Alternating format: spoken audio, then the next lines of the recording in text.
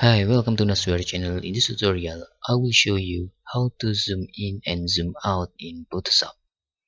First, you can open your Photoshop and then you can choose File and Open. In here, I have this image.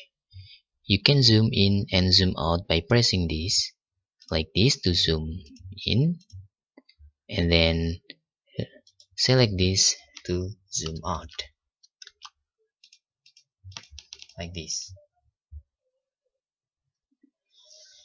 Okay, and you can also press Z button and Z button to zoom in like this.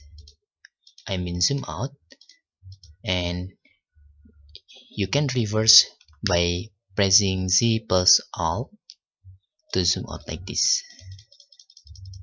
Okay, press Z to zoom out like this, and press Z plus Alt to zoom out like this. Okay, that's our tutorial how to zoom in and zoom out using Photoshop. Hope this video helpful for you. Thanks for watching. Bye bye.